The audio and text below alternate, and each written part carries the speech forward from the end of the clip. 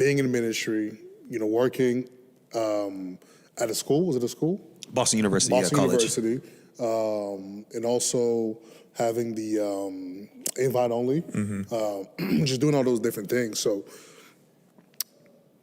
I feel like sometimes, like when you're in ministry, it feels like you have to put everything into ministry, all your time and efforts. Don't do, invite only, because that takes away from ministry. Don't do Boston University. That's taking away your time for ministry. You need to focus your mind, your time, efforts towards ministry. So how did you come to a place where you felt comfortable being able to do all of those things? Maybe you were in a space where people were like, hey, you shouldn't be doing all these things. Does that make sense? Because sometimes I feel like when you're in it, you're doing ministry, you almost feel like you gotta just not do anything else besides that, or else you're chasing money, quote unquote. So yeah, I think that's kind of my question for you, if that makes sense. Yeah. First, I don't subscribe to the idea of ministry being chasing money. For me, I almost don't value money. Like, money is typically the last thing in my mind, and anybody who does business with me knows that. Like, I have artists all the time where I'll put something together for them, and I won't take a commission. I don't care. Or my business partners, when something's going on, and I'm just like, what you need? Like, yeah, take it. I don't care. Like, money is, I don't want to be too philosophical and say that money is like a construct, but it really is. Like, value is what we put value on, and for me, I value the favor of the Lord above all things. The favor and the grace of the Lord. Like I said, to be in a position of open heaven where I'm not worried about my bank account when I know I can literally ask God for whatever I need. Like, what do I care about money for? So I'm in that mindset where most of the time I'm not thinking about money, or I'm spending money and I'm not even looking at my bank account. Sometimes I went to dinner last night. We was at Applebee's. Bill was $50. I gave him my card. They said you only had 25 on this card. I was like, oh, shoot. Surprise. You know what I mean? Let me figure out what card got money on it. But like, I move through life like that, just so carefree, so careless. Like, I was almost reckless. I don't even, like I said, I hate to even talk about how I move through life, because I would hate for somebody to try to step into that. Like, if that's not what your faith is built like, but my faith is built like that. Like, my wife is scared when I go places because she knows that I'm just be wandering through life. Like, for my senior year of college, when I finished my semester early, I did study abroad because I had nothing else to do. I went to Korea.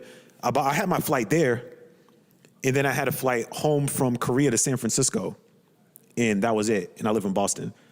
And so my mother was like, how are you getting home? I was like, I don't know. Well, who cares? We'll figure it out. Yeah, like, I'll get back. To this day, I have no idea how I got back, because I didn't have any money. I was flat broke. I actually defrauded some credit cards and somehow got my grandfather to give me his credit card number over the phone. I don't know how, you ever see the movie Catch Me If You Can with Leonardo DiCaprio? That was me. That's me. That is me. Like, I go through life like that, bro. Like, I just make it happen. And somehow I went to Seattle, I went to San Francisco, I went to somewhere else in the world, and I ended up at home. I don't know how I got home. He didn't know how I got home. He said, did you use my card? I said, I figured it out. But that's that's how I move through life. Like, I never planned to be anything. I woke up one morning and was like, am I the #1 booking agent in Christian hip hop? Like, I didn't go seeking that. Yeah. I haven't saw any of this stuff. I didn't seek to be a youth pastor. I didn't seek to be anything. Like, I literally would just walk down the street and just like, Lord, where am I going? And try to look for where it is that he wants me to go, and walk through open doors and do what it is I feel like he wants me to do. Like, I don't make 5-year plans. I think I said this on our Bible study one time. I don't make 5-year plans. I don't make 10-year plans. Barely make 1-year plans. I'm just like, Lord, what's your plan? And it's crazy because one of probably my favorite quotes ever was from Francis Chan.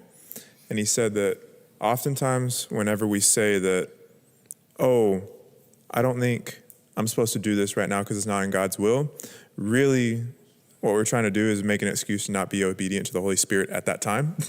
And we use this proverbial term of the will of God or the plan of God for our life as an excuse to not be in the present moment and not pursue righteousness and obedience right now. And it's crazy because you talking about that, like, you, in the sheer fact of you being present and being who you were meant to be in that moment, embracing the journey, and not being who you're supposed to be 5 years from now, not being who you're supposed to be even a week from now, but being who you are in that moment allows all these other things allows God to provide those things. Yeah. And it was something that DeBaron also said that will always stick with me. He was like, I'd rather have $0 in my bank account and the provision of the Lord rather than have $1 million in my bank account and not have the provision of the Lord. Yeah. Like that shifted things for me crazy.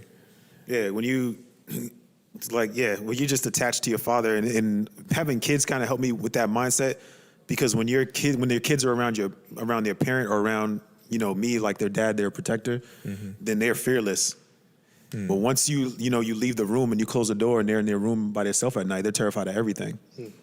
And so I trust and believe that God is always there in the room with me. So I'm I'm rarely afraid.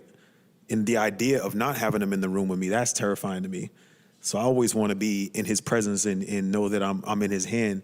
Because if I am, then nothing else matters. Nothing else is intimidating, not even death. That's what it talks about, not death nor life. And it's going to separate you from the love of God.